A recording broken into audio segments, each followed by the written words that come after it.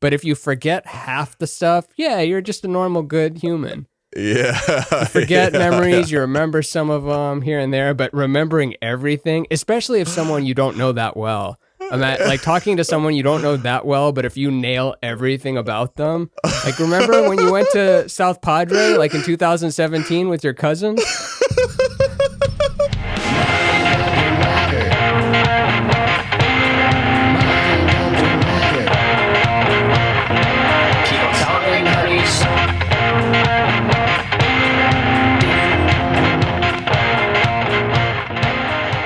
And I guess we're in the episode now. And this week we're here now, and we're here to talk about memory and how it affects you and your loved ones and your family and people you've never even met before. Like, who are they? Like, oh, I've met you before. That is this. What's the name of that condition where I'm forgetting the guy's initials that the movie Memento was based off of. I don't remember the initial part at all.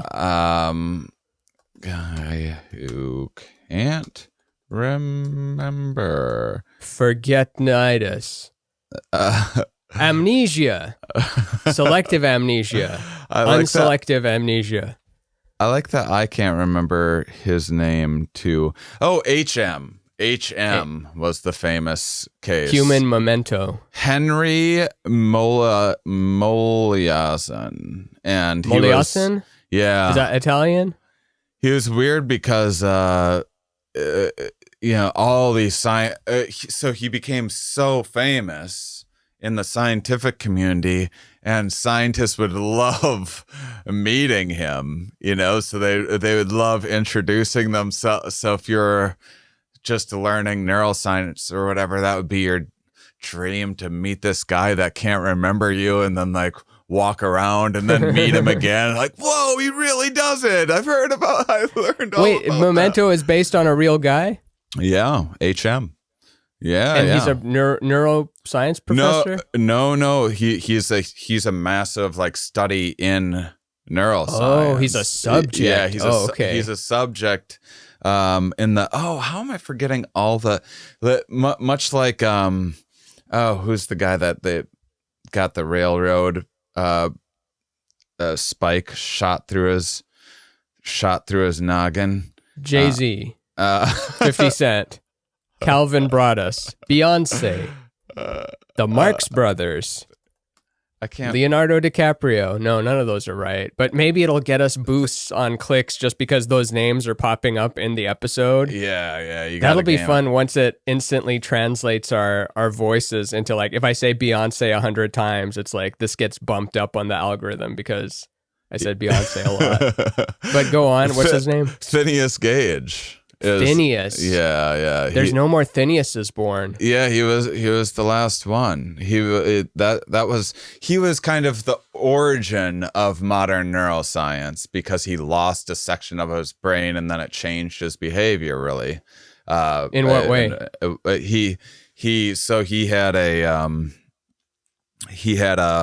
a railroad spike. Yeah, I think he was even a foreman. I guess he was like a pretty good, really dependable worker and everything. And what is a railroad spike? Not to get too into the grains of sand in the beach and then never moving forward. No, I actually like that you do that. I like that you. I was thinking about how confirmation bias and motivated reasoning, and I was tweeting something late last night about how people. About how conspiracy people and like some hillbilly arrive at the same conclusion about vaccines or whatever, because they're just starting from the same place. So you could be as smart as you want if you're just looking for further evidence, and you're rationalizing instead of figuring out what your opinions should be. You instead you think of your brain as like an executive, like I'm making a decision, but a lot of times your brain is the press secretary. It's just the PR. It's just justifying whatever your intuition already was or whatever your default beliefs already were. So you're just adding fancier and fancier words onto that. And I was thinking about how you often like ask questions in the middle, and it makes me go, oh, well, maybe that's wrong in the way that I'm thinking about things. And because that's most of the it's just faulty premises are what. So then people are like, well, I'm smart, and it's like, well, it's got nothing to do with whether you're smart or not. It's you think you're better than me? You think you're smarter than me? I'm smart. I've read 4 articles. You've only linked that one article saying what the vax is. Here's 4 articles. It's like that's what I always liked about mathematical thinking is rather than it just being math like, oh, this is like a Sudoku puzzle, but mathematical thinking is kind of looking at what you're actually trying to measure and everything. The kind of there's a fun, famous study that I think is kind of cliche, but I didn't hear about it until recently.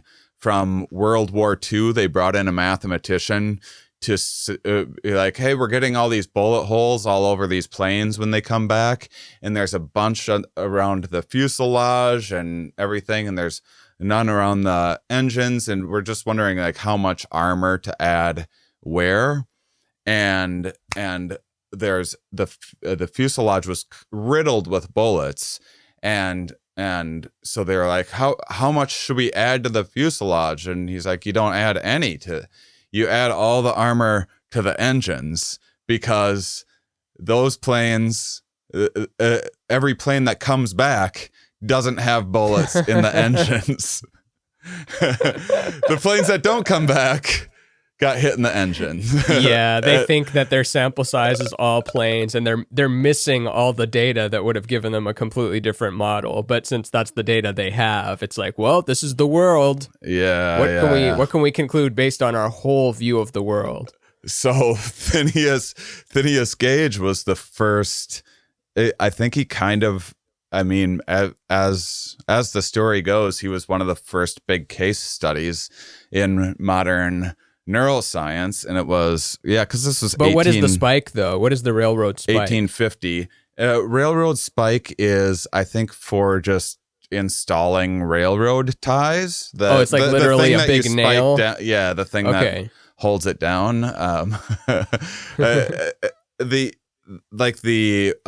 What do they call those things in foundations? The stakes, the steel girders. Gosh, I'm not remembering any names today. No, it's like rebarb or something like that.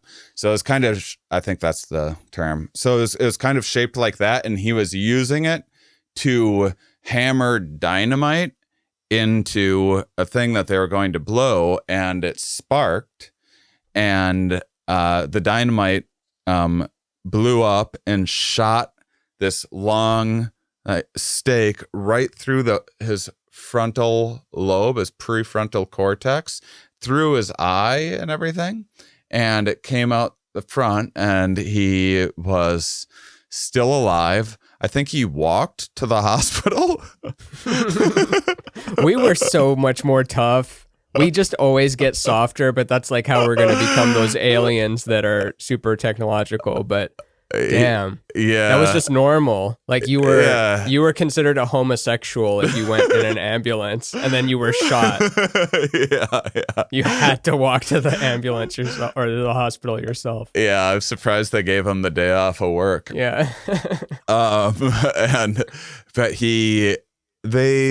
I think he did go into a coma for a little while. Everyone was kind of shocked that he survived, and then when he survived, his behavior changed in a very specific way, which was, and that's how they figured out that the prefrontal cortex does a lot of executive function, does a lot of decision making, and so without it makes you a lot more impulsive, a lot more of your like kind of primitive brain or whatever. So he started gambling a lot and getting in bar fights all the time and saying inappropriate things and making sexual advances and couldn't show up to work on time and all these things like that. He started living real life. That had to feel so good, even knowing the consequences, but you're like, I can't help it. It's so biologically driven, but I might as well enjoy the ride.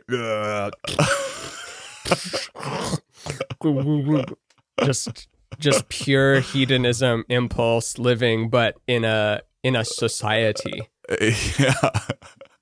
But HM is a famous person like that, where it's this bizarre case study, and he just died like 12 years ago, and so yeah, they would tour him around everywhere as memory researchers and neuroscientists would love meeting the guy and having this interaction where he couldn't remember you for more than 15 minutes or whatever. You do something to startle him or get his attention away, and then he would forget everything. You could just give the most graphic insult about his mother and you being involved with his mother, and then like 5 minutes later, he's just like, "Oh, so nice to meet you." It's such a great scene in Memento when he's like hooking up with a lady who's dude he maybe killed. Mm-hmm. And I don't know if you remember that, but yeah. No, I don't. I just remember loving the movie, and I love the way it's structured. It's just so unique. But as far as what actually took place in it, it's anyone's guess in my head. What happened? Was there aliens in it? Was it a conspiracy? Was he a villain by the end? Did he write? You say anyone's guess, like it can't be known. Like no one knows what happened. No one knows.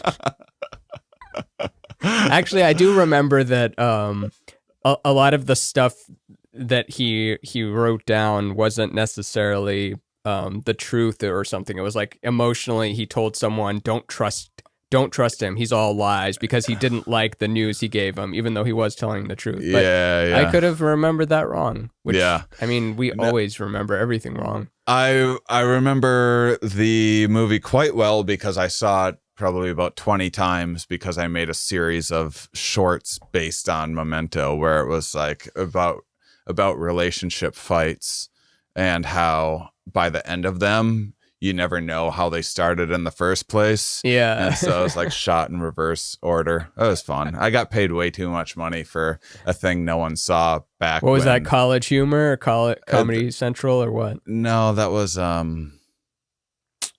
like Atom TV, one of those non-existent little startup ones.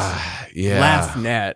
LaughNet. Yeah, Super Deluxe. With a Z. Oh, Super Deluxe. Yeah. They were just. Didn't they get canceled because the guy like had abuse allegations or something? Was that them? I don't know. They went away and then they came back, and maybe after the second time they got back, abuse allegations were nailed. I have no idea. Yeah, I didn't keep up other than the time else. They threw way too much money at me because I won an award for being a good stand-up, not for making short films. But they were like, here you go. They were just trying to corner the market in internet comedy and throwing money away. So, but I got money and I got to watch Memento 20 times, and it was fantastic each time. But yeah, memory is generally just a super fickle thing. Oh, I was going to tell you about this salient memory that I have from. I just had my Sail it on me. I just had my first vacation since COVID. I went up to northern Wisconsin, like 4 hours away. My assistant Rihanna and her boyfriend Steve were there. Her parents just got a cabin up there, and there's a bunch of four-wheeling and stuff. It's like, I also figured out that if you're in like if you're in the Midwest and you're in some like heavily wooded, like northern Wisconsin, northern Michigan or something, and you see a lot of Confederate flags, it's like there's probably some good snowmobiling and stuff around. Weird. Confederate flags in the north. Northern I've never Wisconsin. even thought of such a thing. Yeah. It's really something. And I'm sure that historians would be like, I'm sure like in his history, it's something like, well, actually 20% of Confederate soldiers actually did reside in the North. We just associate it with the South because the majority of them were. Like just how and that's everything why they is. have the flag. Yeah. Got nothing to do with anything else. I knew people with tattoos of it who weren't, just Dukes of Hazzard fans. No, just like I think Texas people, yeah. like they just love Texas or something. So that's got to be interesting now, as it's like it's gotten more and more inappropriate, and who knows, maybe it'll like have a comeback or something. But like I remember Tom Petty had to apologize for having a video of it because he didn't even know. I think he's just coming from a dumb perspective of like, no, I just thought it was a South thing. I didn't know any history. Yeah, once in a while you get caught. I didn't know that the word mulatto had a dark history to it. What does that mean? What is a mulatto? Is that a racial thing? Half white, half black, but it's meant. Oh, it sounds like coffee, doesn't it? Yeah, it's a nice mulatto. Sound, but it's in. I had heard it in Kurt Cobain's "Smells Like Teen Spirit," and Kurt was like super anti-racist and stuff. And does it come on? With the Mulatto. No, it's my libido, my mosquito, whatever. It's in that. My libido is like a mosquito. I can't get harder unless I see a mulatto. It's just a bit of nonsense in their most famous song, and I had no idea that it had any that it was pejorative or anything like that. And then I found out, and I was like, oh, thanks for the heads up. Never using that willy-nilly again. That's the thing about all this. Like, well, don't you just want to know if someone's like, hey, that word has a real dark history and is deeply offensive. But some people are like doubling down. I'm a good person though, so I can't say that word. For some people, I think it's like, it's like I have a group of friends that I talk about like my balls a lot with, and it's almost like a signal. How come I wasn't invited? I haven't heard about one of those balls. It's like a signal that you're in an in-group. It's like we're being this like ridiculously inappropriate. These are things that, you can't say around other people or whatever. Mm-hmm. And I think that some people feel like their racist jokes or whatever are like that. And they're like, but I want to give up my jokes. And it's like, that's maybe find something else to make jokes about. Might I recommend testicles? There's plenty of ball. It's like a lot of fruit left on the tree.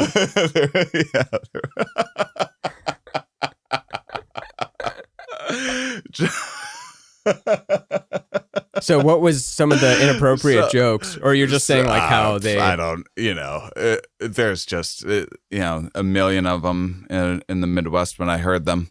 Those people should transition to a form of methadone, which is like, I don't know, Italian jokes. Let's say you want to make black people jokes or Asian jokes. It's just not the time anymore. Build a time machine and 98, it's going to be great. You're going to have a blast. And I feel for you. I know like what it's like to not be able to say everything you want. And we all have so much to say and we can't say it. But like try to transition to Italian jokes because I feel like it's still okay to make fun of Italians. I think Pete Holmes did a whole late night segment about how that's like okay to still do that voice. Yeah. I love comparing that to methadone. Yeah, just like just wean off of it. Like, don't ask people to go cold turkey and only watch the Samantha Bee Full Frontal show or whatever thing. It's like that's the only type of humor you can make now. You can't be crass and do Don Rickles type stuff. But I mean,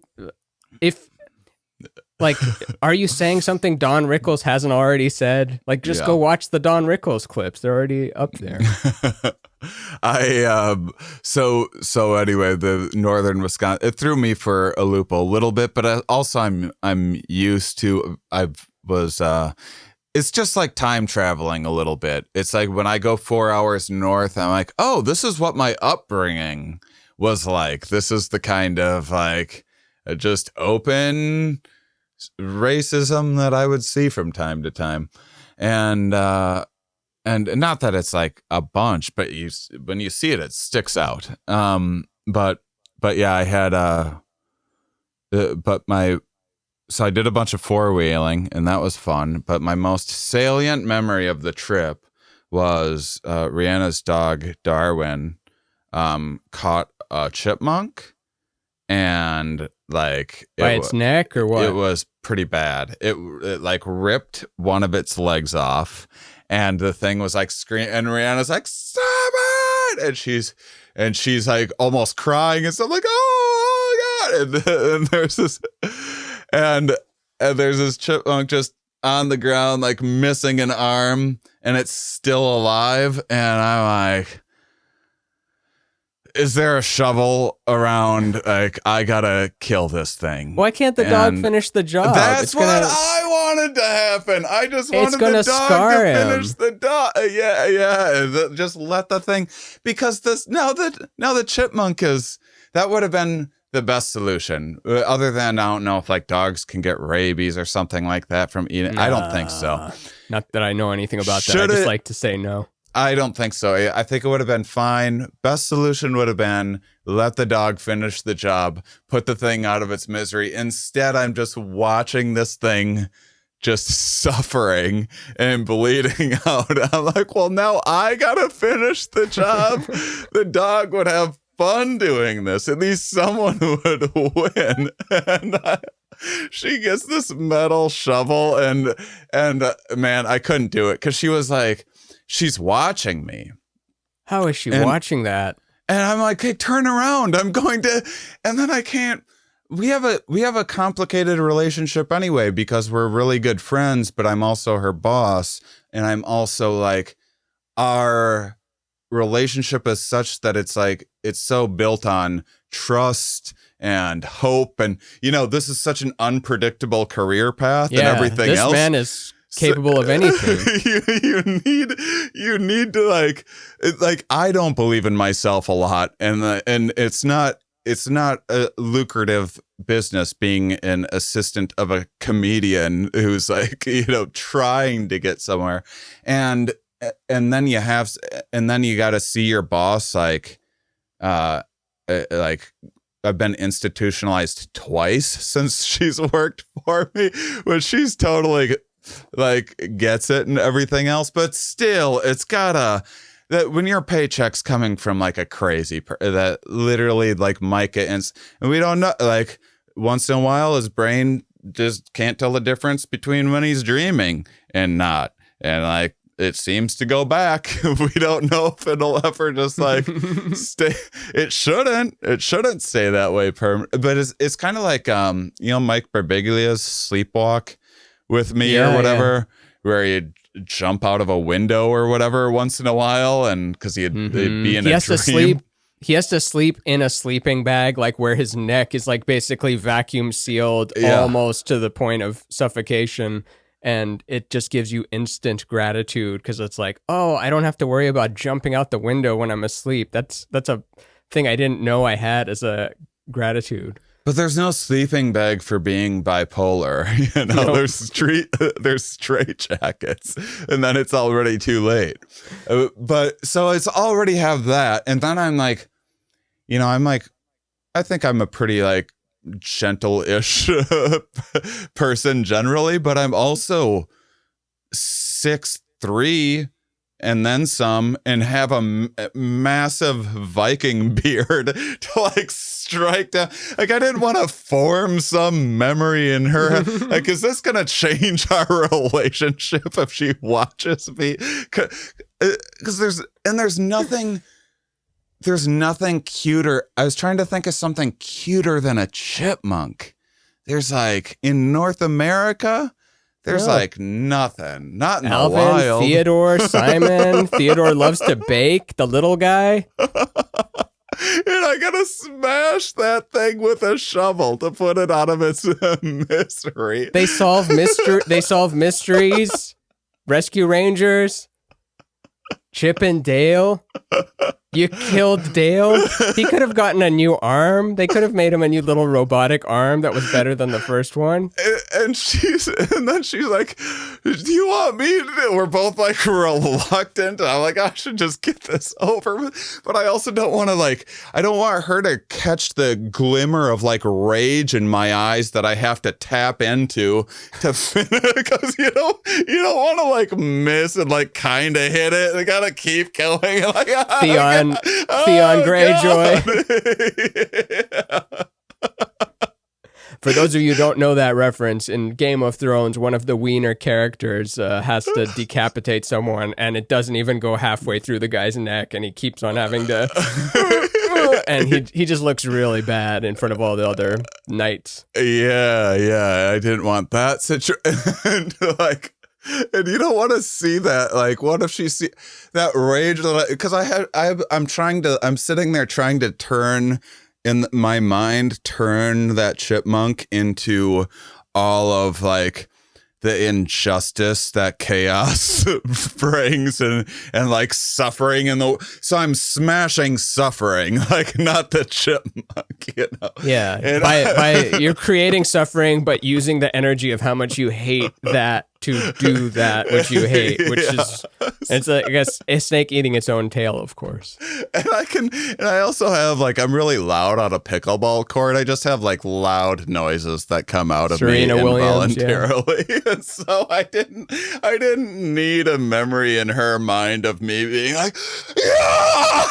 And just like crushing this little, it was what about so suffocation cute. is that okay, or is that more painful? And she was like, oh, what if you just used the blade of it to chop its head off? I'm like, you can do that. I'm not chopping the thing's head off.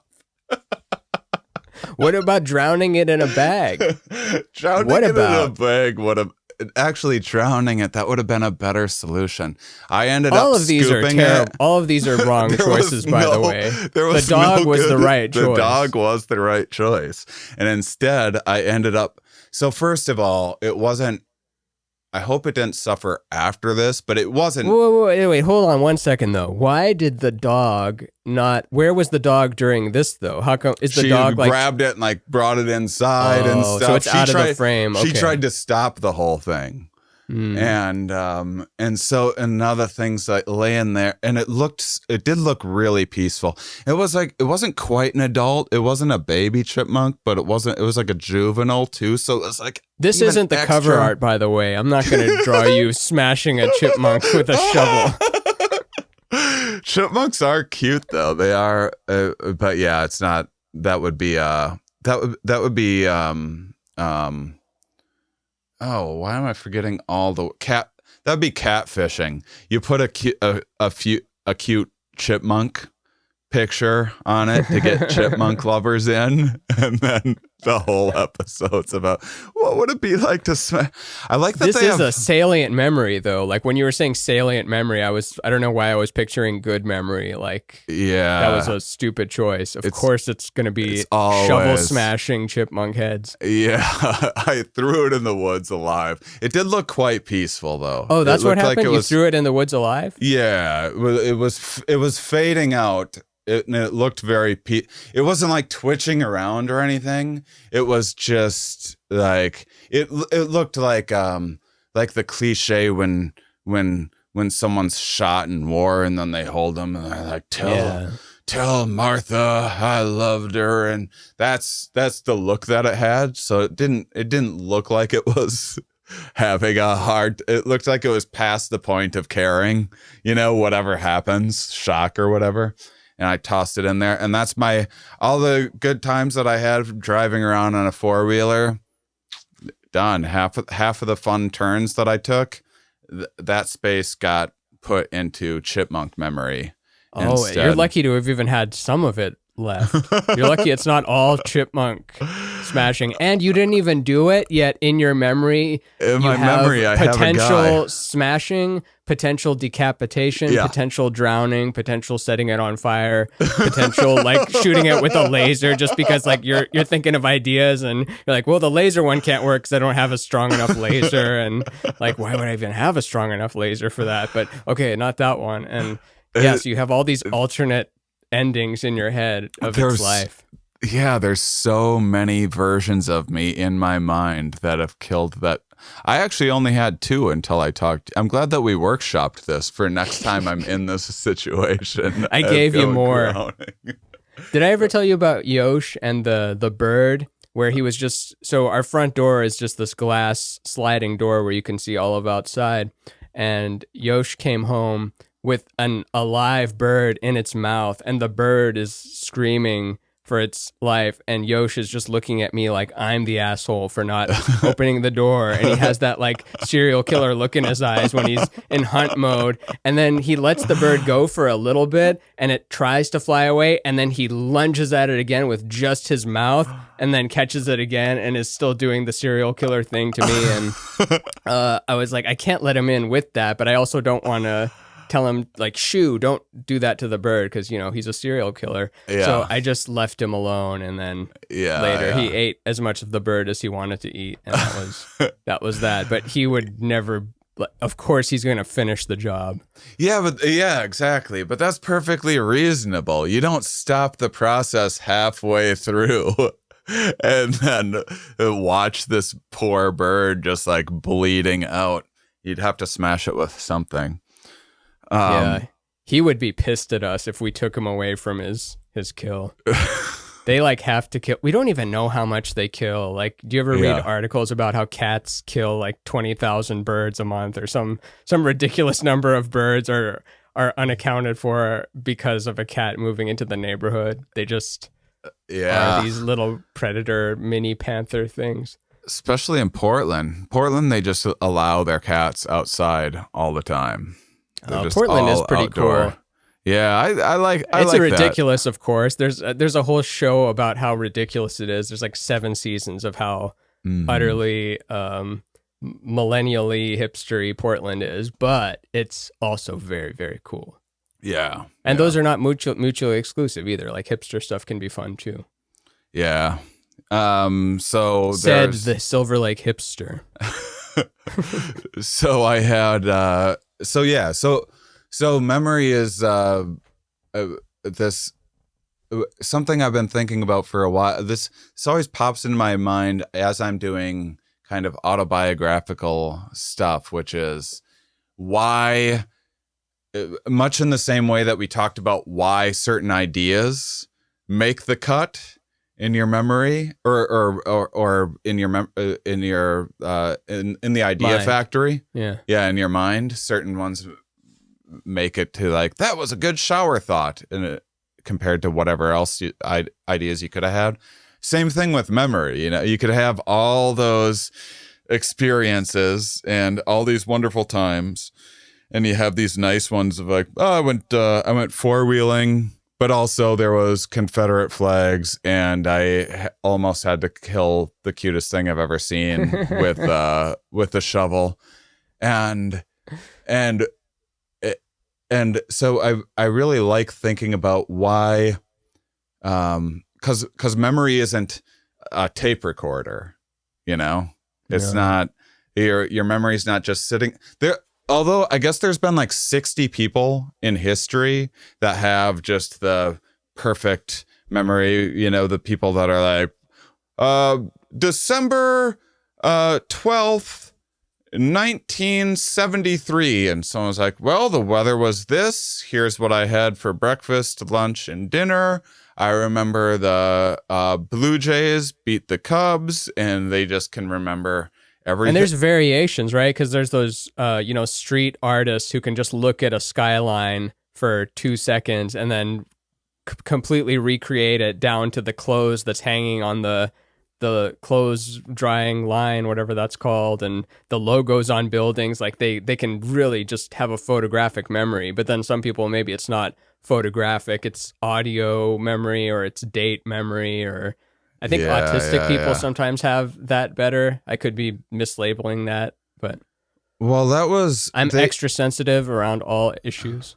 That's what I'm trying to say. They actually, they kind of played up the autistic savant thing during World War II, because there was a doctor trying to keep, autistic kids from Was it even called autistic then, or was it just called like No. the weird strangers, the strangers? Yeah, so they're just in, kind of an orphanage-ish sort of situation for special needs kids or whatever.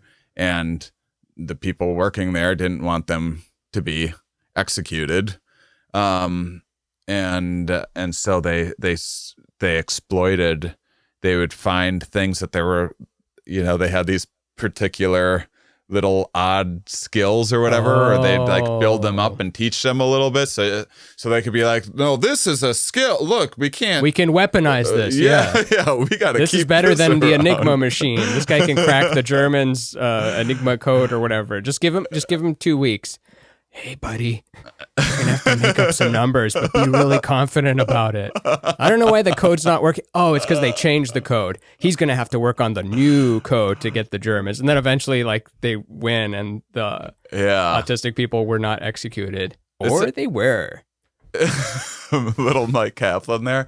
So it's a heartwarming story of saving kids that are neurodiverse kids, but that's also around that time. Then autism started.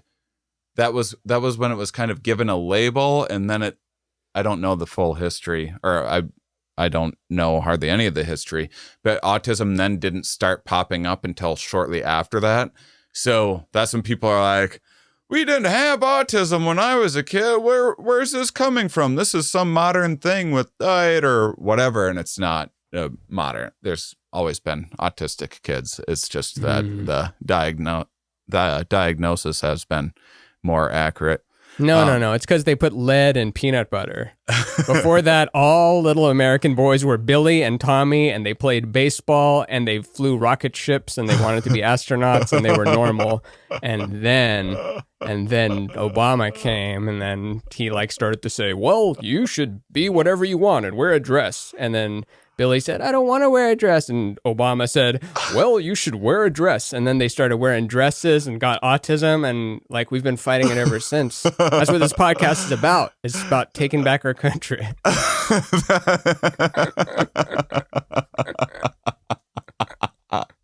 You can take back your country by subscribing to our Patreon at patreon.com/mindunderpod. Taking back America one Tommy and Billy at a time. What was the point of this? We were on some. That was not a bad Obama either. You hit that the first part of it. You're hitting that low range pretty nice. Do you wonder if he was born talking presidential or if he learned it over time? Because he has the most presidential voice. It's incredible. His voice is incredible. Who's more presidential?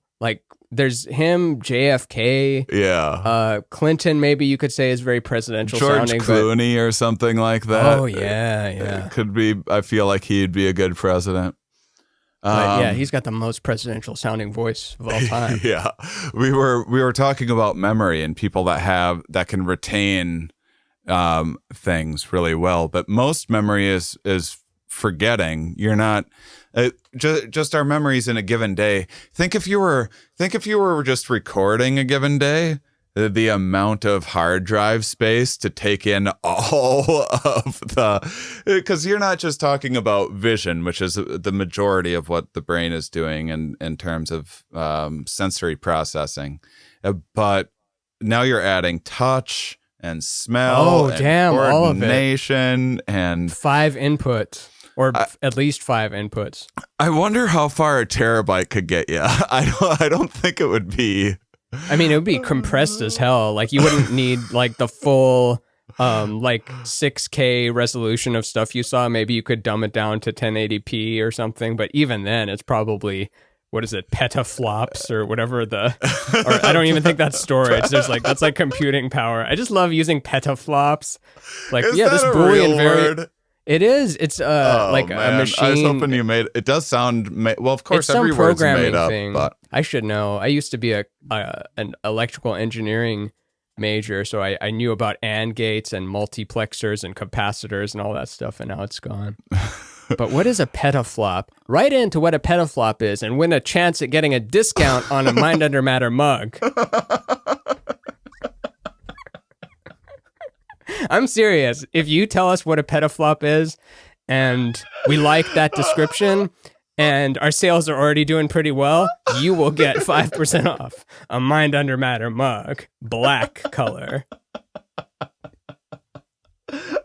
You think I'm joking. I'm serious. I'll foot the bill. I'll take it out of my pocket. That's so much to do for 5% off of a mug. So think those about mugs how are much, expensive. That's a lot of money you're saving.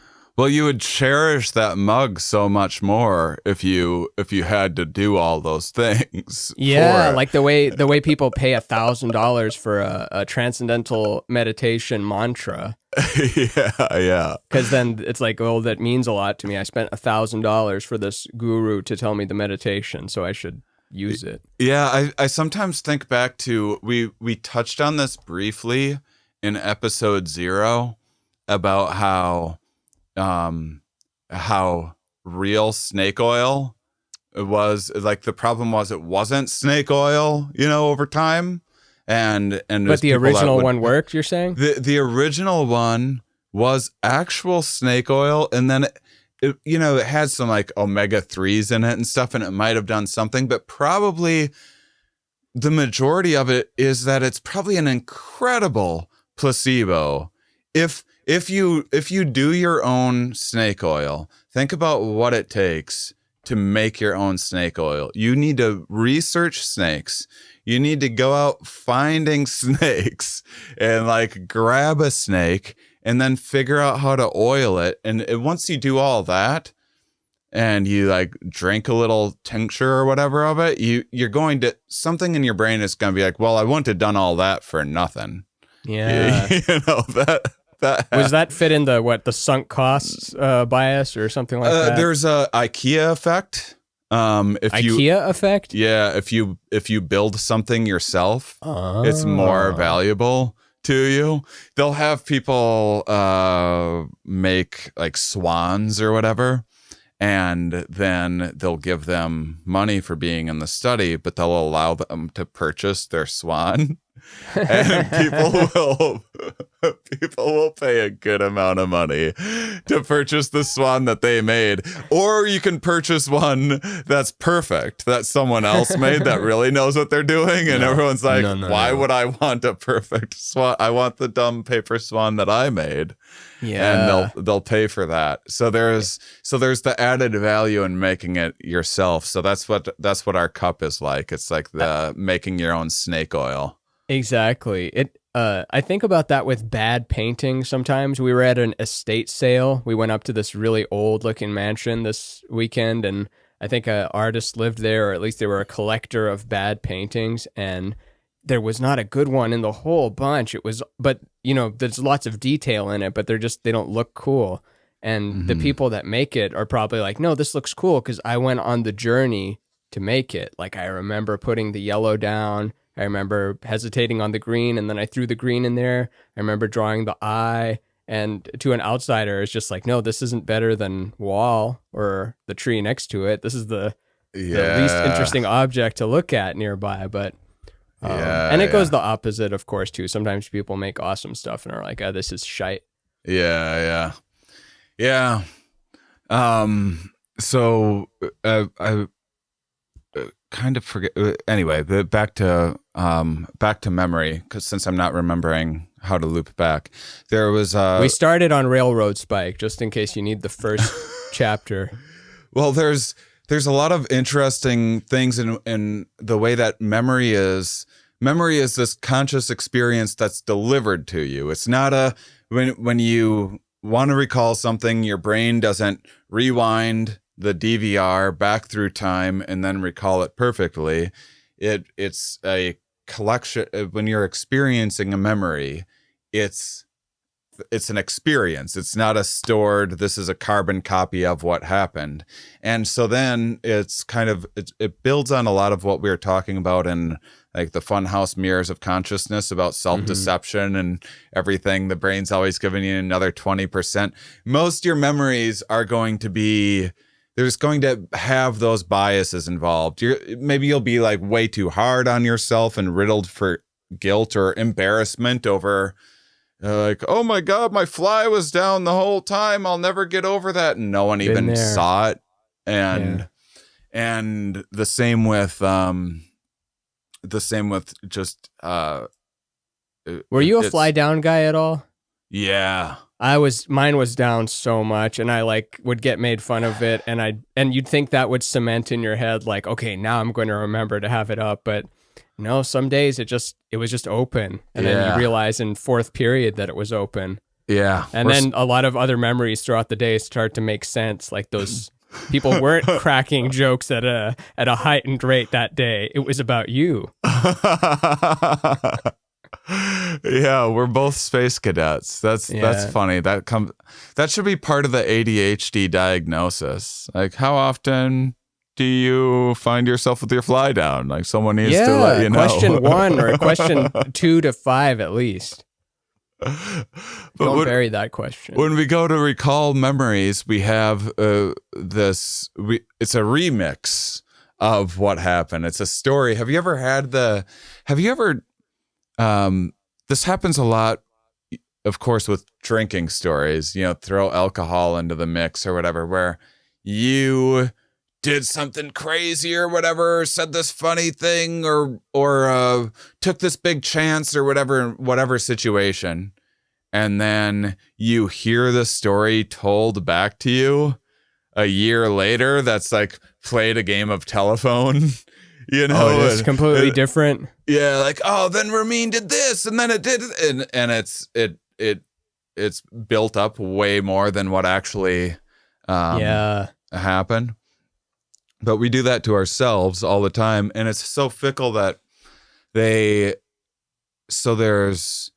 I don't know if I've talked about false memories before on here, so also, I think it helps for people to hear things a few times over anyway. But I had this one guest studied a lot of false childhood memories, and they did a study to implant. So a lot of the false memory stuff started when it started with court cases and stuff, because they realized people were going to jail for things that they were later found innocent, and like how the person wasn't lying, about what they saw. They believed it. They misremembered it. And there was this thing happened that when therapy started getting more popular, more normalized in like the 2016? 80s. No, 80s. The 80s were the first time where it was people that didn't have some major stuff wrong with them. Woody Allen was popularizing it or whatever in movies. Yeah. And so people started going to therapy more just because they had the money to do so, and everyone gets sad sometimes or whatever. But before that time, it was mostly really, really troubled cases. And what leads to the majority of troubled cases is child abuse, especially childhood sexual abuse. And so a lot of like the most screwed up cases therapists were seeing, they would uncover had something related to childhood sexual abuse. But then it became normalized. And then there was a lot of Freudian stuff back then too, because Freud had a lot of weird ideas about sex. But then when it became normalized, there was all of a sudden there's people that weren't abused, and therapists would be like, are you sure? You must be repressing a memory. And because some people that were horrifically traumatized were suppressing or repressing. I always forget which is the right word in that situation. Seems like repress is it already was there, and then suppress is probably it never peeked its head up. Yeah. Or maybe they're just interchangeable. Get 6% discount on the mug if you include what the difference between those is with the Petaflops description. All right, keep going. So then what was later found in hindsight was what they were inadvertently doing was priming false memories of abuse that had never taken place. So they didn't find this out until there'd be some uncle or something like that that would end up in jail. And then they'd figure it out like, oh, he was in another country when this happened. And so something's going on here. And so then they started studying this. And so I had a guest on that had a magician come into a kid's, gosh, I feel like I maybe talked about this. Anyway, a magician. I don't think you have. Oh, good. Not on this show, at least. A magician came into like a kindergarten and does a whole show. And at the end of it, for the big grand finale, the magician's going to pull a rabbit out of his hat. And the magician like flubs something. He can't find the rabbit. Sorry, kids. Show's over, packs up everything and leaves. And then they would make sure that a couple kids overheard some adults saying, oh yeah, I saw the rabbit jump out of the box. And then they checked back in with the kids a week later to ask the kids about what they saw in the show. There was never a rabbit. And now word had traveled around the school, and every kid that was in there had this extreme memory of, I saw the rabbit jump out of the box and then it jumped out the window and got hit by a bus. They're all little Bert Kreischers, which Bert Kreischer does talk about, like, well, I'm really good at telling stories, and most people suck at telling stories, and like how most people will include parts of the story that most people wouldn't care about, and it's all about exaggerating the right thing and ditching the wrong thing, and maybe combine two stories together to make one. Yeah. And, so it's I wonder how much of it is intentional and how much you just kind of do it and you don't even realize how much you're making up. Yeah, that's just the thing. So it's hard to even know what memories of your past are real and what aren't, because there can be very convincing memories and you can be absolutely wrong all the time. But the child abuse ones, though, those seem like so big that it doesn't seem like someone could just convince you of that. So they've been able to in adults, they've been able to implant memories in adults of going to like Coney Island, which they'd never been to. They did a thing in like Jersey or whatever. They'd take people that hadn't been to Coney Island and they had them come into therapy, and then they just had a therapist remind them of the time they went to Coney Island. Like over time, I'd be like, oh, so the one time you went to Coney Island and the food, and they just like keep on adding details. And then it just becomes someone's memory over time. And you can just implant anything, potentially. I can't help but think that these are like the way in Star Wars, the Jedi mind trick doesn't work on everyone, and it doesn't have to be the Emperor or Darth Vader. Like sometimes just a local merchant is like, your Jedi mind trick won't work on me. But then other people, it's just like, oh, I've been to Coney Island. I had 3 hot dogs in one day. It was the most hot dogs I ever had, but I didn't get sick from it. And then they just go on about their day, and the therapist had implanted that. And I wonder, like, can we do that with the periodic table or something, where I get the periodic table implanted in my head so I remember it? Yeah, wouldn't it be nice to just implant more positive memories and things? And there's things that they've done, which is they've done things like aversion diet. I think there's a whole book dedicated to training your memory that the foods that you like, you had a really negative experience with. That's for addicts too, right? Like drug addicts will get aversion therapy to where you associate like really negatively with Coke or with cigarettes or something. Yeah. So if you went to a certain restaurant and ate a certain like fish taco at this restaurant, you might not ever eat fish tacos ever again. And so any of those foods that are like, I can't stop eating Cheetos, you can just implant a false memory of the time you opened up a bag of Cheetos and it was soggy and there was a rat in there. I don't know an actual example, but I think that's the gist of what they... Not only are they soggy, but there's a dead rat in here too. Oh, that's why they're soggy. But it's so there's that memory is fickle, and then there's also it's also like memory is kind of a detective too. The mayor of Easttown, yeah. Have you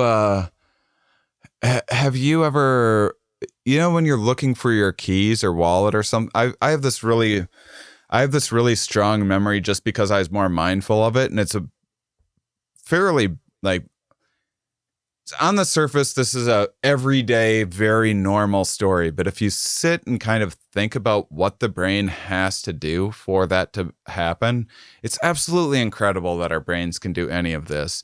I was visiting my brother one time. I went to yoga, came back. I'm sitting in bed in his guest room, and I'm like, where's my wallet? I don't feel my wallet. Maybe it's out in my car. And I start to, whenever you're missing your wallet, you start to panic a little bit. I leave it at the yoga studio. You start playing all the possibilities, and you don't zoom back in your mind and replay all the events of the day. Instead, you get little pictures, of detective clues of like, oh, maybe it was in my car. Was it in my? So now I'm starting to picture. So I'm not seeing the yoga studio, I'm seeing the counter where I paid, and I'm starting to have all these memories, and I go out to my car to look, and I'm not finding it, and I'm looking everywhere for it, and I'm having more and more memories of where the wallet could be, and I'm just about to give up looking in my car. And then I have this memory pop into my mind, a distinct memory of me putting my wallet into my jogging pants as I was putting my jogging pants back on after yoga.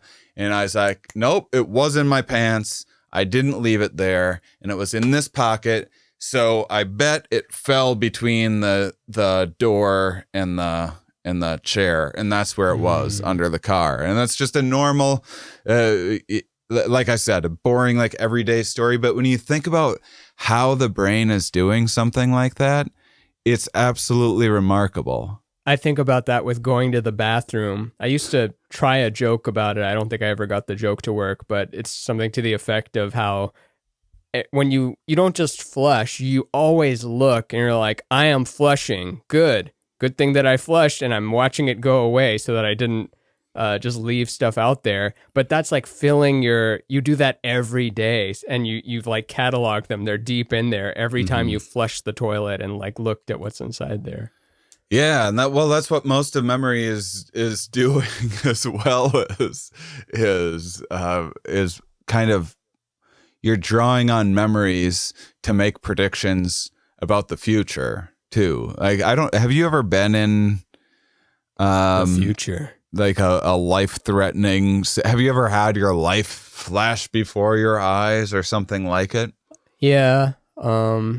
Like one in particular, I remember there was a big Bud Light truck that was turning right, and I was in a lane next to it that should not have been next to it. And as it was turning, it like came just razor close to my car, and it knocked off the side view mirror thing, but it didn't hit me. But if I had been a little bit closer up, I would have been toast probably. And I remember during that, like seeing the Bud Light like zoom by that quick was like, oh, that was a close one. Are you dead? No, okay, you didn't die, but yeah. It's funny when people talk about life flashing before your eyes.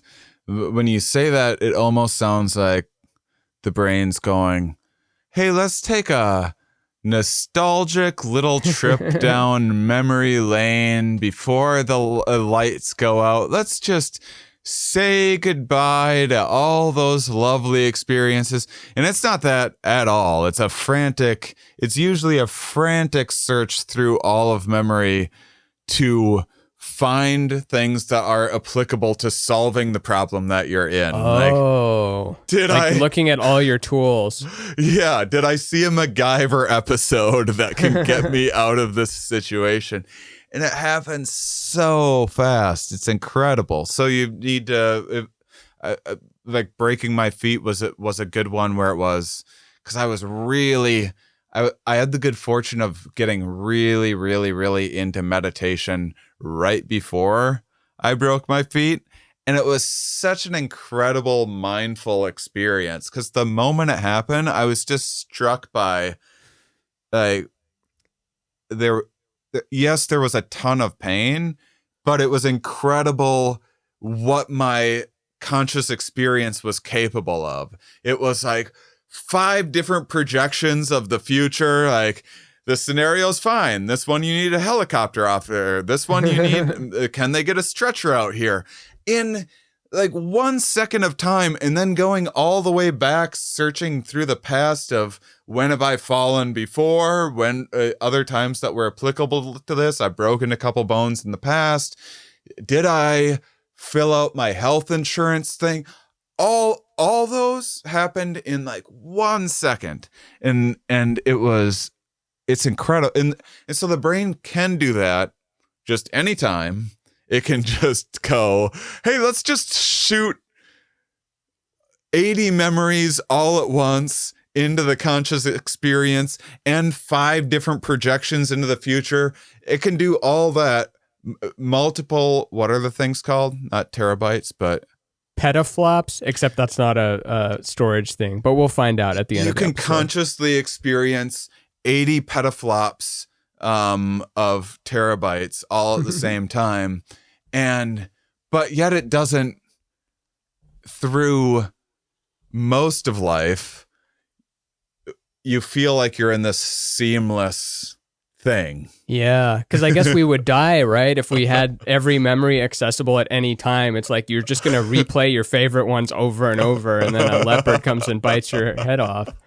And then this way, it's like, sorry, the brain is like this is what's best for you. We're going to only focus on negative stuff, and we're going to keep you alive. And then when you die, you can go enjoy that stuff in the afterlife, maybe. Yeah. There's, it's definitely not, it's kind of an uncooperative jukebox. It doesn't cooperate at all. And it's weird with like the simple stuff, like you forgetting your keys at the yoga studio. You think you would be able to convince the guards, like, look, I'm the CEO. I think I left this memory there. I promise I'm not going to go just live in memories forever. I promise we're going to like get back to business as usual. I just really need to see all my memories from today. Can you not do this little Memento snapshot detective shit? Can I see the files? And they're just like, sorry, clear access code only. I promise not to live in memories forever. And your brain's like, yeah, that's what they all say. That's because I do feel like, because the reality is each day, and even in moments, you're kind of arriving in a new situation, you're a different thing. You're not, when you wake up, you're not the same person that went to bed. Yeah. And you wake up to this new set of at the smallest level too, we're flickering in and out of existence. Like at the smallest particle level, it's like blinking into infinity and back. It's like re-rendering. So technically, every single sliver of a moment is repainted. Yeah. It's not just still there. But that's like, I mean, yeah. At that point, you're not even talking about anything. Yeah, I guess your eyes are actually seeing in good detail. If you hold your hand out and look at your thumbnail, that's about how good of detail your eyes can see at a given moment. And how we put together all this visual conscious experience is that your eyes are flickering around like crazy all the time in such like micro twitches that you don't even notice or see. And it's just putting all those pictures together and making this the seamless movie that we're experiencing. There's so many names at the end of the credits, and then meanwhile we're just watching it going like, it was all right. I mean, I wouldn't see it again, but I don't want my money back either. I wouldn't recommend it, but I also won't give it rotten on Rotten Tomatoes. I'd watch it on a plane, but not if it just came on TV.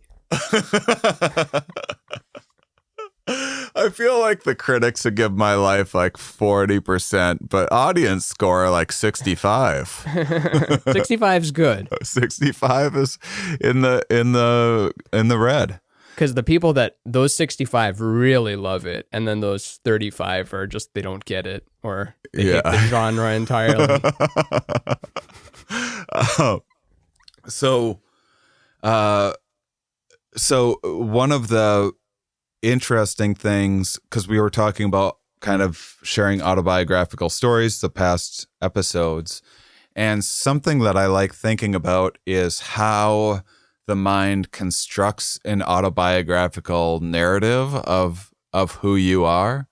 And a lot of it depends on how much time you have. You know, if you meet someone somewhere, if you're at a bar or restaurant or something like that, and someone's like, hey, tell me your life story quick. I hate that question so much. 5 minutes. Give me the life story in 5 minutes. You know, you sum up like who you are. You know, you're doing the story that you're telling during the 7-minute speed date of like meeting a stranger. Here's my deal is such a different story than the whole, I'm going to write an autobiography of my life, you know, but both are going to be dramatized in some way, but you're always going to be, whether you're telling someone the story of your life or you're writing whether you're giving someone a short bio on the website or you're writing a whole autobiography, you're always going to be hitting the hitting the more salient. You're not just going to start from, well, my first memory was, it's a highlight reel. You don't walk through every day of first grade. You remember the time that you dressed up for Halloween on the wrong day and you were the only one dressed like a vampire and everyone else wasn't in costume. Real thing. Think about comedians and how we pick the things that we think that someone outside of comedy would find impressive. So you're going to say your late night stuff, the people you've worked with, the clubs you've done, instead of like probably your favorite memory is maybe in some no-name club.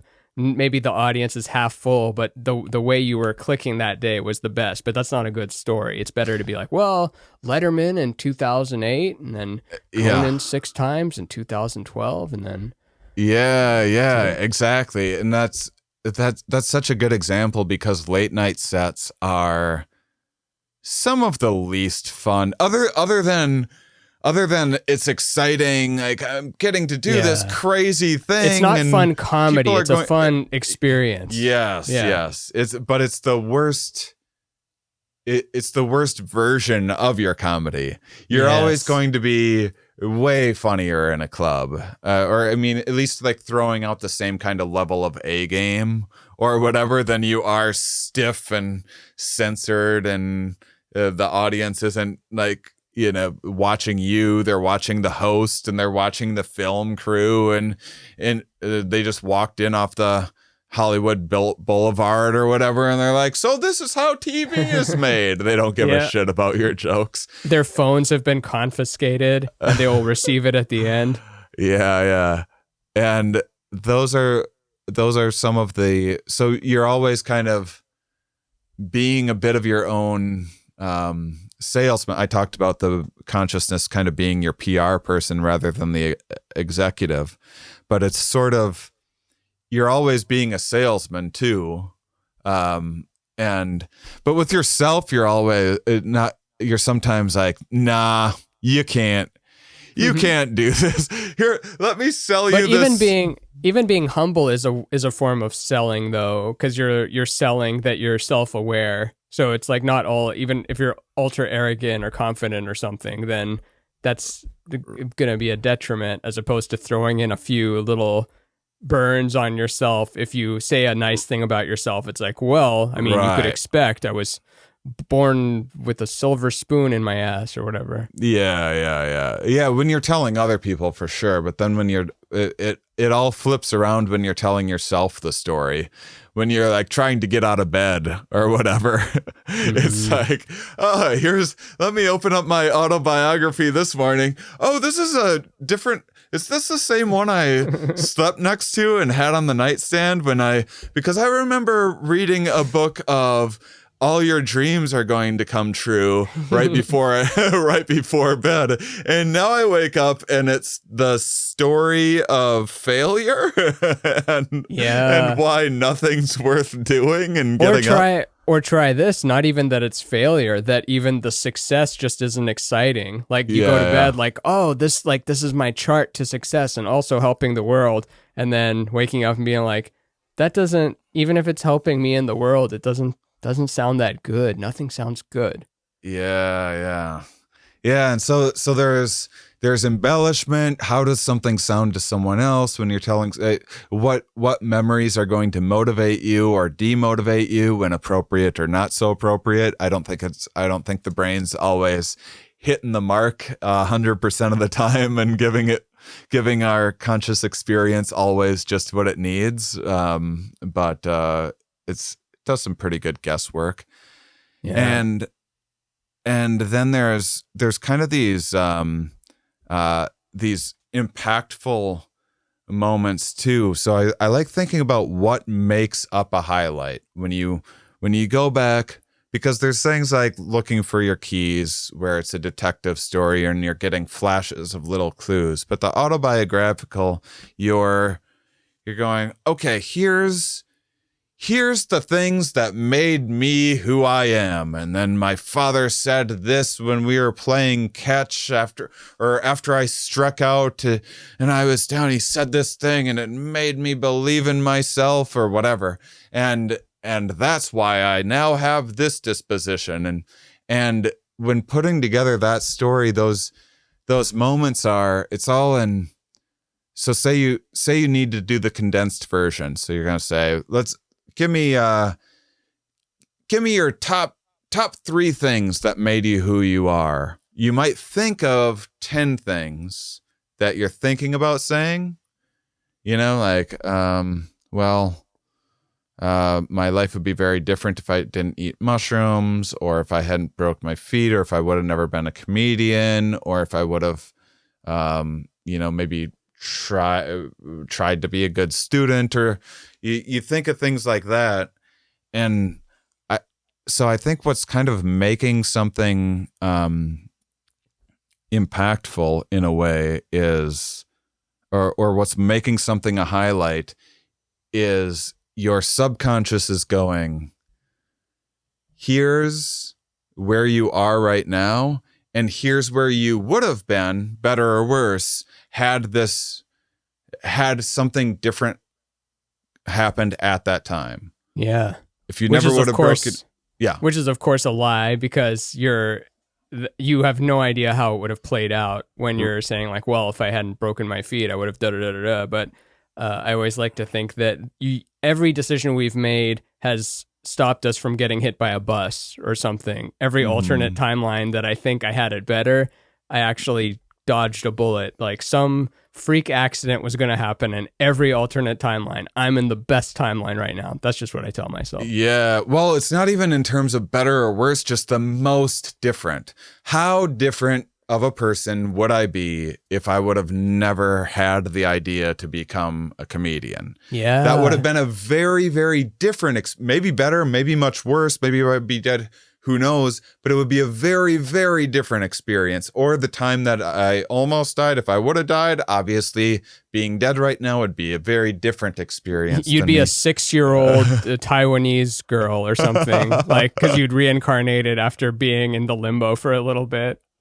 Yeah. And so I think that autobiographical memory, what is constituting a highlight is the degree of difference. So if you have your top 5 things of mushrooms, broken feet, whatever, then you go, well, how much different would my life be if I would have never broken my feet? Not that much different compared to if I would have never became a comedian. Way, way different. would have never traveled as much, probably a very, very different life. And so that amount of difference is what makes the cut, And so variance from repetition, in other words, novelty.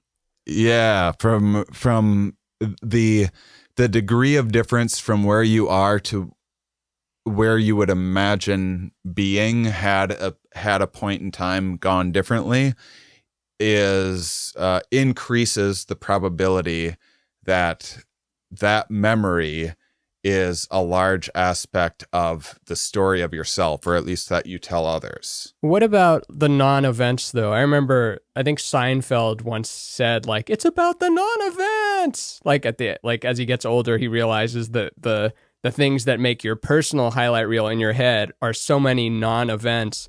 And I'm not just talking about like non-events to the rest of the world. I mean, literal, like, oh, I remember my friend was deciding whether to get Dr. Pepper or Sprite, and then he ended up getting Sprite. But why would you remember that? It was a moment. It's like, I remember the shape of the cup. I remember the hairstyle of the person. It wasn't an interesting hairstyle. I just remembered the hairstyle. But for whatever reason, we just have like, oh, I distinctly remember that. And I've always wondered why we keep that B-roll footage in the main lineup sometimes. Yeah, I think that my idea about that is, there's associative, there's a lot of different kinds of memory too. And there's like endogenous, exogenous, semantic, episodic, implicit, explicit, procedural. So that's a lot of memes. Yeah, it's a lot of memory. So that's like more than colors. Procedural is learning, learning a skill. So your righty tighty, lefty loosey terabyte thing. That's procedural. Okay. So that's something like HM would still have. He would still, and you can even, people that have HM's issue where they can't form new memories consciously can be trained to. They'll do things where if they pick a wrong card or whatever, they get rewarded or get a shock or whatever, and they can still train them in procedural memory. Or they can still train them to, like, they'll still get better at basketball or something, even if they never played basketball before they had that memory condition. There was some like Learning Channel show or something about a guy who worked at some factory and he couldn't remember his coworkers' names or faces, but he could like do the tasks, and who knows, maybe he just hates people and was pretending. But I think it was his memory can't form that type of thing, but it could form the very procedural ones. And unless he proceduralized a person, he couldn't remember them. Like you have to make them into a screw art or something. Yeah. So I think that some of the really random memories. So there are a few things going on. One, I think that so there's associative memory where, if you go back to your hometown, you have all these memory. How old are you again? 36? 36 years of age. Oh man, you should go to your 20-year high school reunion. Our first 10-year one got canceled because there wasn't enough funding. Oh, really? Yeah. Oh, man. And I think we've talked about this before. I don't know if it was on this episode or a separate episode or not, but how it was right at that time when reunions just were seeming so pointless because Facebook and all that. And now it kind of seems like it has a point again because I don't know. I feel like people stop posting as much about their life or whatever, or it's just fun to see people and post-COVID, whatever. But maybe it's why it was such a mindful experience for me, because I don't check Facebook ever. But was your reunion before that? Let's see. You're 40. You're going to be 41 at the time of this recording. Your 40s are just about to end. Yeah. You have one more day of this is 40. Yeah. And so there was, what was really interesting is I would see someone and I wouldn't know who they were, and my brain's trying to figure out they weren't wearing their name tag or whatever. And I'm supposed to know this person, and my brain would have to go back to, history class with like Mr. Musoff, and then there was that one lesson, And I sat next to this person, and they said this thing. Oh, Jim. And it needed to hit on a few. It needed some clues. Yeah. Is that related to the, like, what is the tip of the tongue effect? Like, what is that? When because you're trying to touch stuff near it, hoping that it's going to give up clues. Like, hey, have you seen this? Have you seen this boy? And then it's like maybe says something. Maybe you give it a little attention. It gives you some more information. But it's the feeling of it being there, but you can't unmask it. There's something to that. It's because there needs to be a set number of connections for it to. It's kind of like neurons that fire together, wire together, or whatever is the age-old saying. But neurons, no justice, no peace. Yeah, neurons themselves need a certain amount of stimulus before they fire, and then when they fire, and then when one fires, it might set off a whole cascade or whatever. And so sometimes you need to hit that tipping point in the brain to experience a memory. So people with like Alzheimer's and memory problems that might not be able to remember the name of who the president is anymore. If you say, like when it was Trump, if you're in the Midwest and went and played this game euchre with them ahead of time where there's Trump cards or whatever and played that with them, they would have an easier time and then ask them who the president is. They'd be like, oh, Donald Trump, where normally they wouldn't be able to because you've primed some associative thing. Or when it was George Bush, if you went like, oh, today I went through the park and there's all these great trees and bushes and grass, just to do something like that. And it just needs a little bit of help. And that's what gets that tip of the tongue. Like, oh, what's that artist's name again? Is the threshold different for each neuron, you think? I think so. Yeah. So there's some that are really hard to please, and then some are like premature ejaculators that are like, this is it. And then the other ones are like, no, you got to like pinch my nipples and like put this like big vibrating dildo up my ass. And then maybe I'll tell you who George Bush is. George Bush. Well, then it's certain pathways and stuff too. That's why drug use is incredibly addictive, because you have this dopamine process that you'd normally have,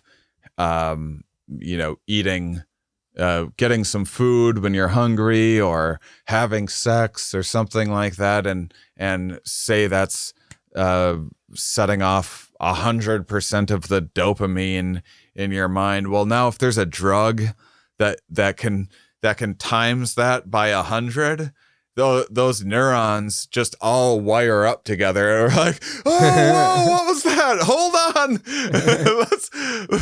We should get together way more often. That was incredible. I've never fired like that before. Whew. Isn't that crazy? The potential for that is always there, but you can't, because, your life will be over if you just activate everything all at once. But just the experience of seeing God and like experiencing the whole cosmos is just, it's in there the whole time, but we just can't unlock it. Yeah. And so I have an idea about those random memories, which is, so one, I think that there's sometimes context cues and associative memories that happen that you aren't privy to. I actually think that there is kind of, I think that might explain deja vu of your walking and your foot, you don't even know that it happens, but your foot steps on the grass or whatever in some particular angle that your muscle memory remembers having done it in the past and having like twisted your ankle and knows how to adjust and knows it's really important to activate and goes back to that muscle memory to recruit that to like really quickly. This is wild speculation on my part. And then the conscious story that you tell yourself is like, why is this so familiar? I've never been to this town before. Yeah, it could totally be that, but it's also so fun to imagine it's a cosmic matrix type thing, just because like, wait, because it's feeling, because maybe we're so biased to our feelings, like the feeling that you've been there before is such a wild experience, and you can't put your finger on why you did. And then the next thing you know, a second thing happens. Like, let's say you experience deja vu, and you're not even aware of what the next thing that happens is. And then the next thing happens, and then you're like, oh shit, just like in the deja vu I was just in. But it could just be the ankle thing, where almost like acupuncture, where if they touch this part of your ear, something goes off in your stomach, because they're interconnected in that way. And then whatever part of the brain is alerting you to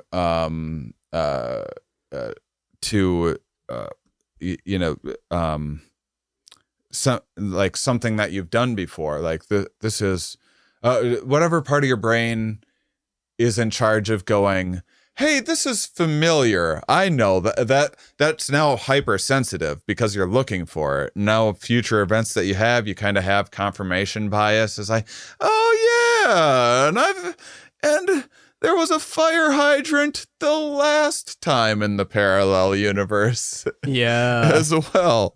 But we just convinced ourselves so hard that it was real.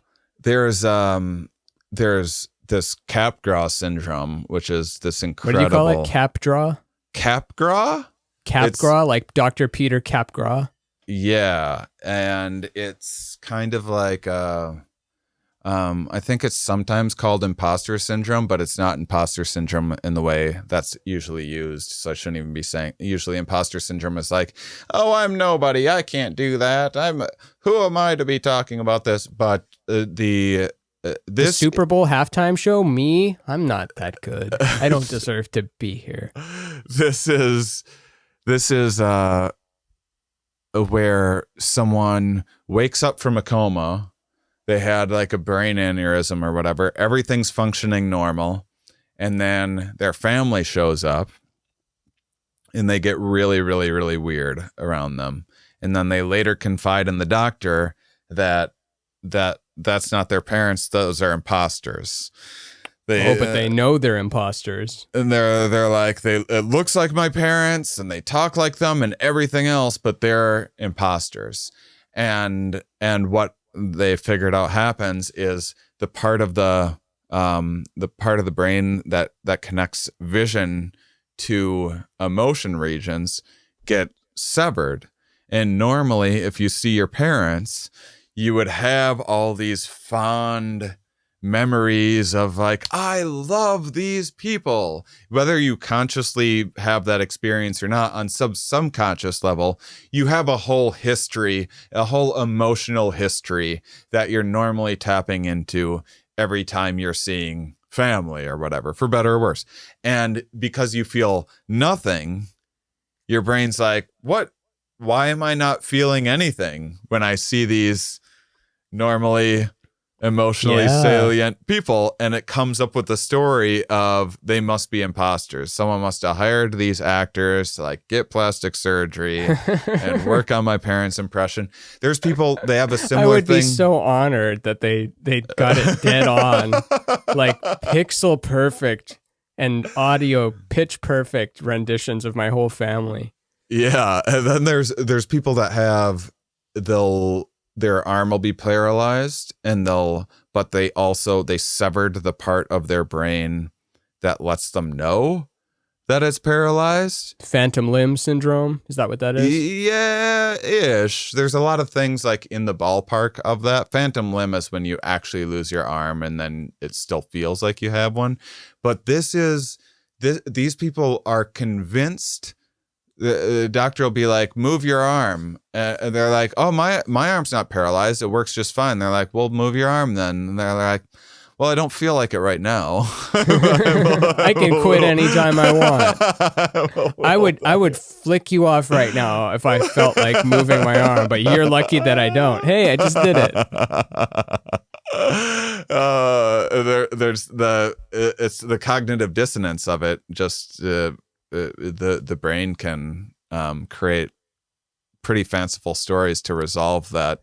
This is such a gratitude podcast. Like as we explore all these things that can go wrong, like just the part of your brain that can, like your arm is there, but you can't move it, and you're sending the signal, but it's blocked somewhere. And then meanwhile, I'm just taking this for granted, taking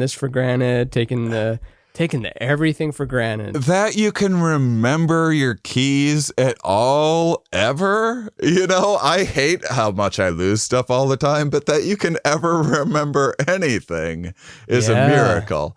That's why I'm saying, like, that story that I shared, that's a boring everyday. We all experience that like multiple times a week, something like that. But when you really break down what's happening, it's a miracle, you know. It's incredible. Like the way that a film that is just I don't know, like let's take Castaway for instance. Like Castaway, it's just Tom Hanks with the volleyball on a beach, but there's writers, there's cast, there's lighting people, there's a crew, there's the funding, there's the people that rented the island or whatever. There's just a whole crew mess in there putting it all together. And they're going to get underpaid. Sorry, guys. It's all about the front conscious PR person that also dictates salaries, I guess. Well, that's the thing. If they're getting paid in glucose or something like that, and so, which is maybe controlled a little bit by your conscious attention, then if you're zoning out thinking about something, maybe your inner worlds are like, okay, we got him. He likes this. All right, keep putting this story together. Keep doing this one. And because it likes that attention, it's all those different, every memory is needy. Every different role that we play in life always wants to, I mean, I'm sure there's sometimes it's like, well, you better put the other guy in charge for this one. Guy who gets hand off burner is in charge right now. But only in emergency break glass situations, yeah. And I think that's kind of connected to the thing that you asked about, and I love how long it took me to get to this. This is the perfect sort of web that that I was trying to make. So there's Charles Bonnet syndrome, which is, I've read about, there's a fantastic book by Oliver Sacks called The Mind's Eye, I want to say. And it's a lot about, and Oliver Sacks was amazing, an amazing neuroscientist, did way more psychedelics than both of us combined, and incredible. He discovered L-Dopa. L-Dopa. He had Robin Williams played him in the movie The Awakening. Oh, I haven't seen that, but I love a good Robin flick. I haven't seen it either, actually. But he was talking about this Charles Bonnet syndrome, which is when blind people lose their vision, they'll often have visual hallucinations. They're usually quite boring. It'll be someone kind of just walking down the stairs or something like that, and they'll see it.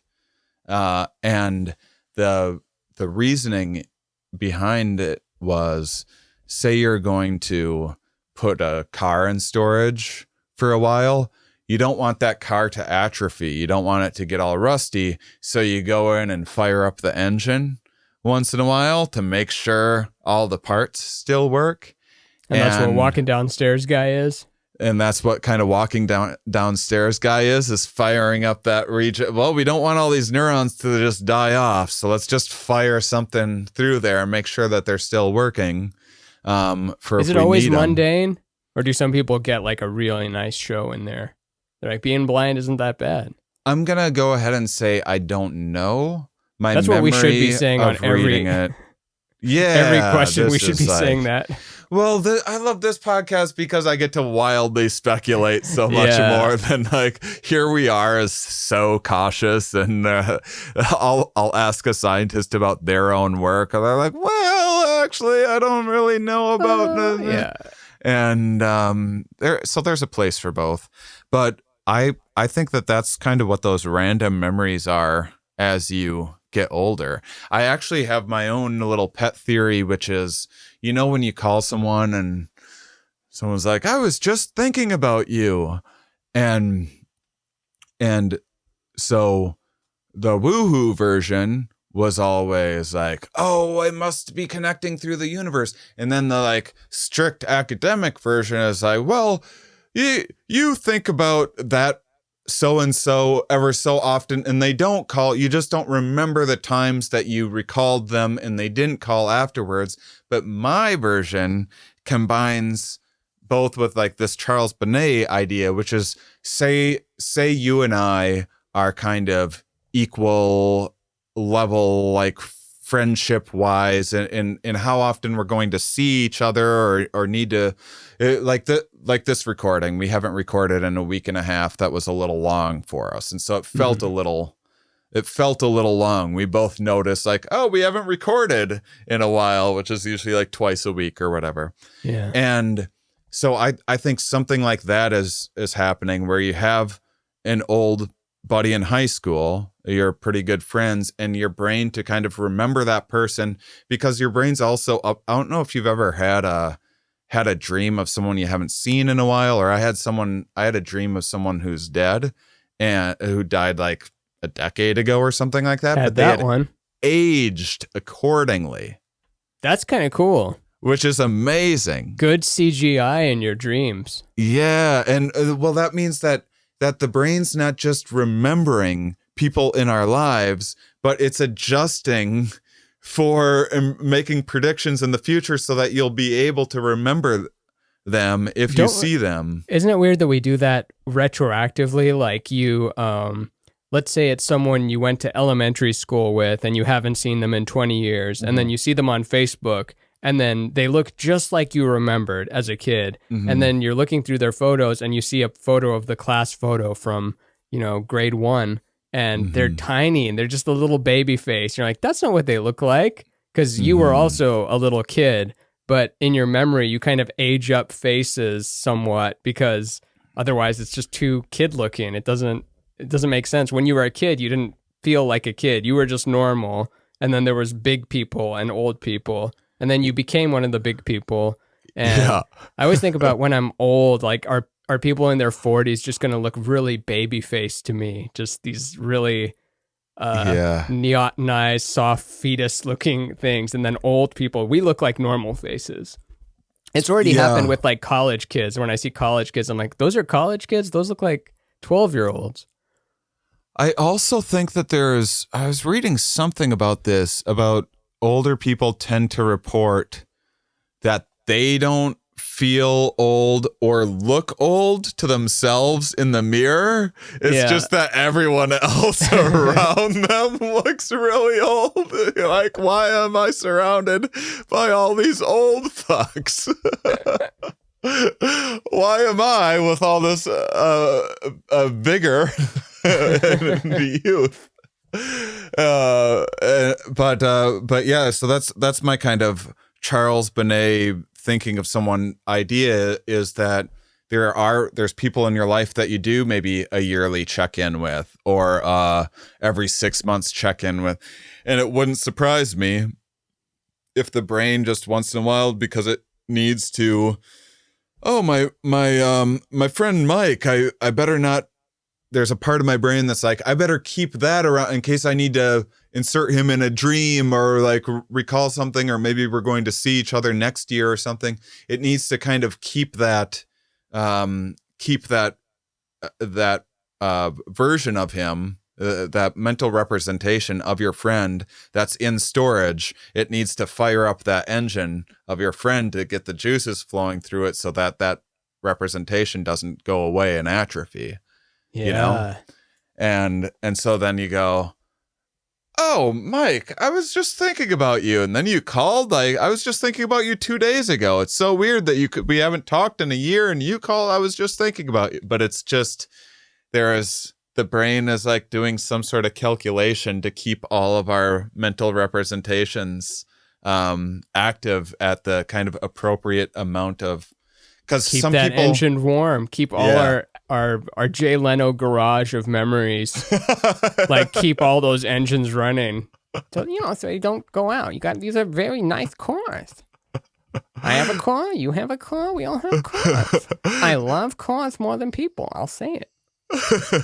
So if you as a listener say this is a first episode that you were listening to, or you could even listen back. If you then go back to the last episode where we talked about autobiographical stuff, I think what you'll find is you'll notice things like that in the story of how we started in comedy. It's like, oh, and I got mugged outside the open mic. It's not, like the most salient, like I could have died at that time. Oh, that makes the cut. Yeah. Like a movie that was made from 40,000 hours of footage. Yeah. So much raw footage on the cutting room floor, and just Mug made it in there, Conan made it in there, and Netflix special, and that's it. That's me. Anything else, and you're just babbling at people. Well, so my 17th open mic didn't go as well as my 13th one, but it did go better than my 24th one, which I'm going to get to, but not in order. You see, the reason the 24th one has to come later is because I used jokes from the second mic. And what's so amazing is that it is possible. There's been people studied, like I said, that can do that can recall every date of their life from a certain age and tell you every single detail about it like it was yesterday. So the brain's capable of doing that, but doesn't. For some reason, that evolved that way because it's like both ends of the extreme are creepy. I just realized how if you're telling a friend like, oh, I remember when we went to Six Flags and we like drank the Coke together and we threw the last one at the security guard, and they're like, I don't remember any of that. So if your friend remembers nothing, that sucks. But if they remember everything, like remember that time you said, and then they repeat a paragraph you said verbatim, and like a personal story and your address, and if they remember what shirt you're wearing, like on some random day, if they got all that right constantly, it would be like, this person is a sociopath. They remember everything about me. But if you forget half the stuff, yeah, you're just a normal, good human. Yeah. You forget memories, you remember some of them here and there, but remembering everything, especially if someone you don't know that well. Like talking to someone you don't know that well, but if you nail everything about them, like remember when you went to South Padre, like in 2017 with your cousins? They would just think that you have a shrine built to them in your room. Yeah, just forget some of those clippings and stuff. Yeah, that's amazing. Well, as we wrap up, rather than doing a separate outro, I just thought we would plug the one. I think what I'm planning. What do you think about this? I'm thinking for next week, our episode is actually going to be from. I put a post up to get suggestions. Because a lot of people were asking us to talk about various things through like Instagram or YouTube comments or whatever. People are like, you should talk about this subject or this subject. I'd love to hear Ramin's thoughts on this. And so I put a post on Patreon so the Patreon users can kind of guide the show a little bit. So I'm thinking next week, maybe we'll do that, like a guest suggested topic. Sure. Let's do Palestine and Israel. I'll defend Israel and you defend Palestine or something. Like, why is death bad? Why is child death bad? Like, I'll listen. You explain to me why that's bad. I like the idea of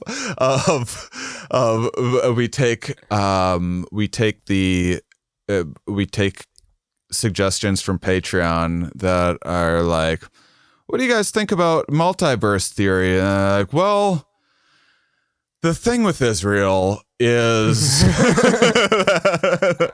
the thing with the Jews that we have to remember. Not that you have to know, that we have to remember. We have to remember. Is that they're the best. The thing we have to I'm going to start trying to put that into my speech patterns once in a while. Yeah, the thing we have to remember about black people. The thing we have to is that they have a history of being oppressed and deserve reparations. Horrific that can sound. Yeah. Well, the thing we need to remember. Oh God! Now I'm going to. I had a just joke. Brace myself every time I hear.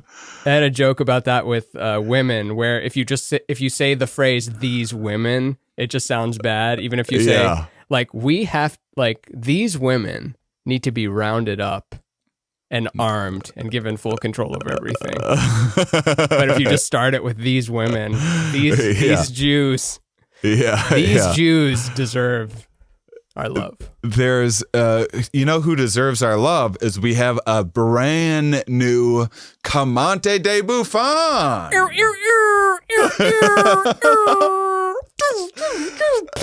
New noises with every new Comante. Save some. You don't know what.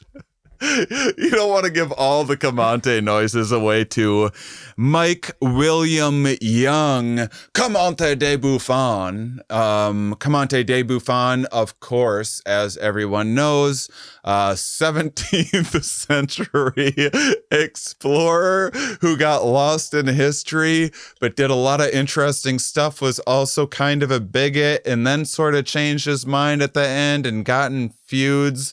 Just like Michael R. Williams de Buffon, Comante de Buffon. Bigot. Changed his mind about it. Decided to not hate people based on their color, race, creed, or skin or color. So I've if you go to Patreon, you can check things out. We actually have we made a thank you video specifically for the Comante de Buffons. It's an hour, right? It's like 40 minutes, and it's one of the most ridiculous things we ever recorded. And just to preview it, like, you'd think we just did whippets or something, but we did no such thing. But it appears as though we're just on whippets. We meant to make like a 1 minute thank you for each of the Patreon tiers, and then we abandoned all of it because we had a 40-minute one that is amazing and hilarious and a long, windy, and there's boring moments where we almost quit, and then it just picks up again and gets really good and crazy. It's wild. It's a wild ep. It's a really weird. It's the weirdest 40-minute thank you that I know you've probably experienced some weird 40-minute thank yous for various things that you've done in your life, but I promise it's one of the stranger ones. If you follow at Scribdraw, which I do, you can check out Mike William Young, Comante de Buffon's art. He's actually speaking of high school reunions, an old high school classmate of mine, and was always friend or just classmate? Oh yeah, he was a friend. I mean, we were in like proximal, like we bumped into each other quite a bit in high school, and then special handshake, and we regular weren't special handshake level. We were definitely friends, went to lunch and stuff sometimes, but then he's just been one of those guys. One of the coolest things about being a comedian in terms of that sort of stuff is that I know what everyone's up to, because people are nice and they'll come out. When I travel around, I'll be in like Buffalo, New York or something like that, and someone from high school will come out because they live in Buffalo now and they saw the thing on the Facebook, and I get updates on their whole life, and so I know what like everyone's up to still. And Mike's one of the guys that's like, he's just, every time I'm in Minneapolis, he comes to all the shows. We hang out afterwards and stuff. So one more thing on you, though. I know we want to talk about Mike, but I was just thinking that you got both. You got to, in the eyes of your high school classmates, you got to be a success and a failure. They're like watching you on Conan and Netflix and everything. It's like, holy crap, he made it. And they also get to see you went to a psych ward. Like, he's in a psych ward. Me and my second mortgage here ain't so bad. My second divorce is not so bad. He's in a psych ward. At least I have my freedom. And then you get out of the psych ward. I actually think people more turned when I went into science communication stuff. That's when people were like, Well, He's really lost it. I don't. He believes these sorcerers.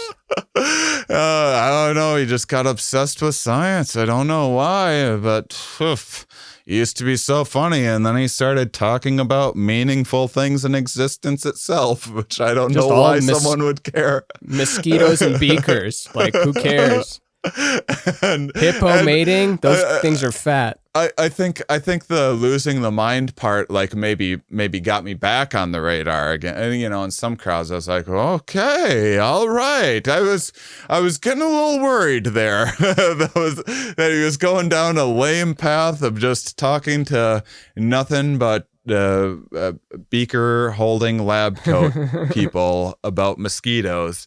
And so why are female mosquitoes larger? Well, you'll find in most species that there's quite a great deal of variance between sex in all across the entire animal kingdom and the plant kingdom. Well, you do need to know. You need to know how chickmunks got so cute. For example, like why? I was thinking about that. I was like, why don't cheek pockets? I can't believe that didn't take off in like Dizzy Gillespie ton of just he's the only one, but yeah. But why didn't more species get cheek pockets? Kangaroos got pockets, which we already talked about. I feel like if there was like aliens came down or something and we're expecting all these great skills, and maybe they just have like lots of pockets on their bodies, you know, just like that's how we. It's like gin rummy or some equivalent card game, right? It's not like, well, why didn't you pick ace and king and the high value cards? It's like, cause I just got to pick like the least worst cards. That's what I was going for. Sometimes I only had the least worst choices. Yeah. Man, we got to do a whole Sapiens episode or something, because let's do it. We've been talking about it off mic, but I've been rereading it, and it's a very good book. Yeah, it makes you, and it has to do with memory, and that it's the memory of our physical beings that we're in right now are. It's a memory of that, and the two big takeaways I got from it, reading it again, are that the reason we're so neurotic is because we've only been on the food chain.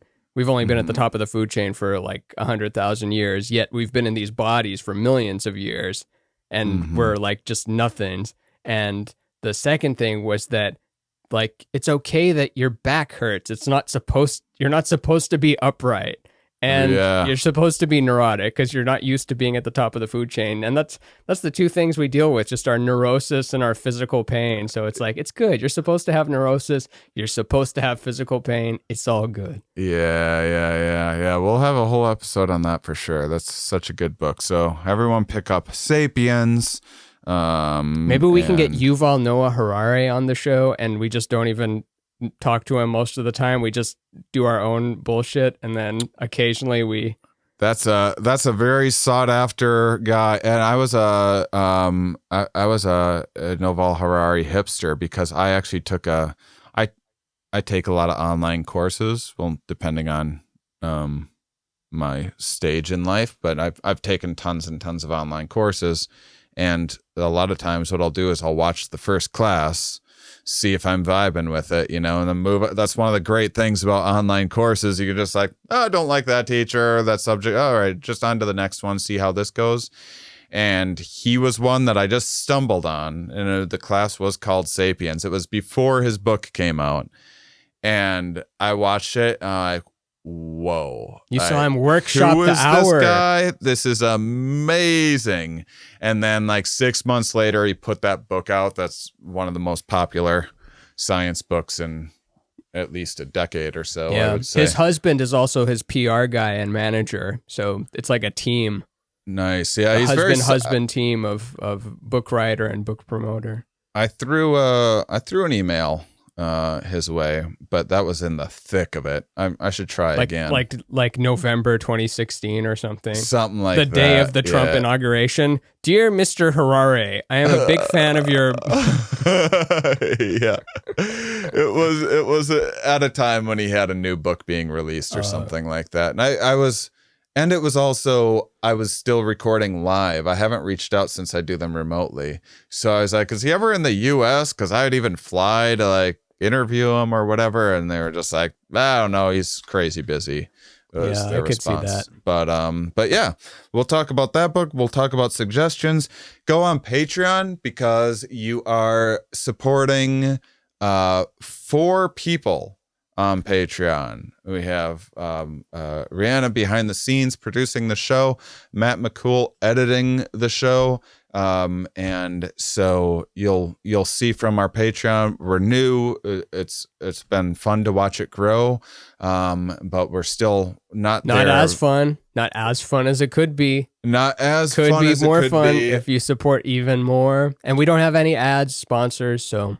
And when we reach a certain level, we're going to start University, and the first class is going to be DMT 10101. And I want to have that done and start recording that by the end of summer. But we can't do that until we have the resources to do that. So check out Patreon if you like. We have a ton of new merch on mindundermatterpod.com. Or mindunderpod.com if your fingers are too tired. Yeah, mindunderpod.com. Thank you. Mugs, buttons. Give us suggestions for more merch that you want to see. Support us that way because it also boosts the signal and people get to see you have awesome stuff. But you guys are awesome. So until next time, keep on salivating, honeys.